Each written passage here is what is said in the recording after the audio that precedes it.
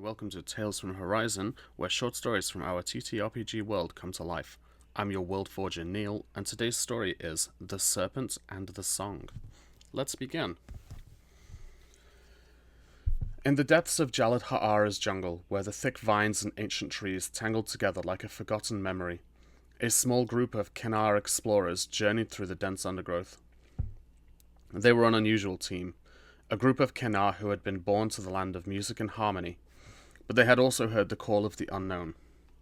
The jungle was their symphony, and they had been sent to compose a new verse in the world's song. At the heart of the group was Arilla, a harmonic Kinnar whose curiosity and drive to learn rivaled only her thirst for understanding the world around her. Her soft voice, like a gentle hum, echoed through the team as they navigated through the thick brush. "We are close. I can feel it," Arilla whispered, scanning the towering trees for any sign of the ancient ruins they sought.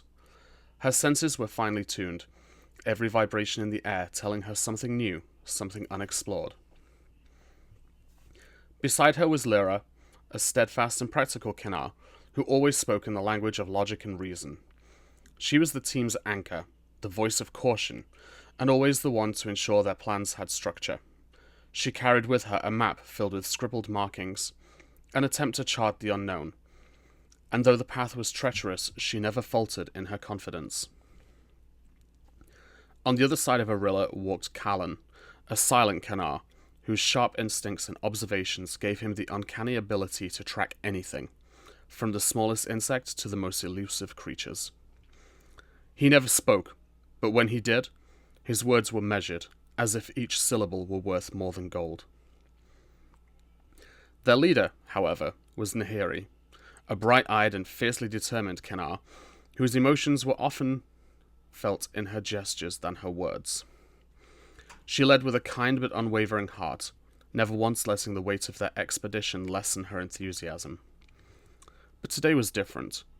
The jungle was unusually quiet, as if the very air held its breath, waiting for something to happen. Suddenly a rustle in the underbrush interrupted the peace. Before they could react, a figure emerged from the shadows, a Naga. His long, sinuous body gleamed in the faint light that pierced the canopy above. His eyes, sharp and calculating, locked onto the Kinnar. "Are you lost?" Arilla asked, her voice steady but laced with curiosity. The Naga said nothing at first, his tongue flickering in and out of his mouth as if tasting the air around them. Then, with a hiss, he spoke in the ancient dialect of the jungle. "I am not lost, but you are trespassing." Lyra stepped forward, holding up her hand in a gesture of peace. "We seek knowledge, not conflict. We are explorers, not invaders." The Naga tilted his head, seemingly intrigued by her words. "Knowledge?" He glanced down at the map in Lyra's hands. "This land is not for exploration. It is sacred. It has long been forgotten." "We're not here to disturb it," Nahiri interjected, her gaze unflinching. "We only wish to understand the stories it holds." The Naga's eyes narrowed. "Stories?" He hissed a laugh. "The jungle has many stories, but few are meant to be uncovered. Some things are better left hidden." For a long moment the group stood in tense silence, unsure of the Naga's intentions. Finally he spoke again, his voice laced with suspicion. "If you truly wish to uncover the forgotten past, you must understand that knowledge comes with a price." Nahiri stepped forward, her eyes full of determination. "We are willing to pay that price." The Naga studied her for a long while, his gaze sharp and piercing, before giving a small nod. "Very well. You seek the ruins of the first song, where the serpent and the song once met. But be warned, there are many dangers. The jungle is not kind to those who seek what is hidden." Arilla's heart quickened. "The first song?" she whispered to herself. Legends of the first song had echoed through her people's songs for generations. It was said that in the heart of the jungle, there was a place where the first melody of creation had been sung, a song that held the secrets of the universe. "We can guide you," the Naga said, his tone softening slightly. "But you must follow my lead, and you must not stray from the path." The Kinnar agreed, and they set off together, the jungle growing thicker and more oppressive with each step. The air was heavy, thick with the scent of damp earth and the hum of unseen creatures. It felt as though the very jungle was alive, watching their every move. As the day stretched into night, they reached a clearing where the remnants of an ancient structure lay half buried in the soil. Vines and moss covered the stonework, but it was clear this place had once been a monument to something greater. Arilla's heart raced as she approached the ruins, feeling the pull of something ancient in the air. "This is it," she whispered.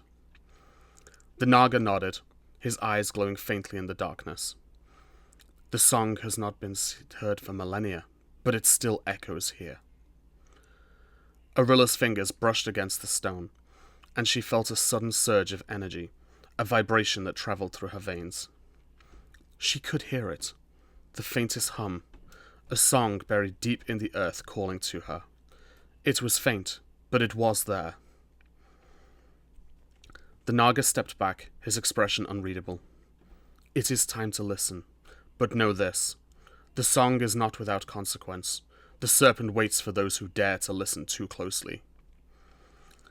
Arilla looked up, her gaze meeting his. "What do you mean?" The Naga's eyes gleamed in the dim light. "The serpent guards the song. It tests those who would seek its power." Without another word, the Naga vanished into the shadows, leaving the Kinnar to face the ancient mystery alone. Arilla stepped closer to the ruins, her heart beating in rhythm with the hum of the song. She knew they were on the cusp of something greater, something that could change everything. But as the song grew louder, a shape moved in the shadows, a serpent-like figure emerging from the depths of the jungle, its eyes glowing with a hunger for those who dared disturb the peace of this sacred place. The serpent rose, its massive form coiling and uncoiling, ready to strike. Arilla drew a deep breath, a hand resting on her chest, and then she sang. A soft melodic hum, her voice blending with the jungle song, filled the air.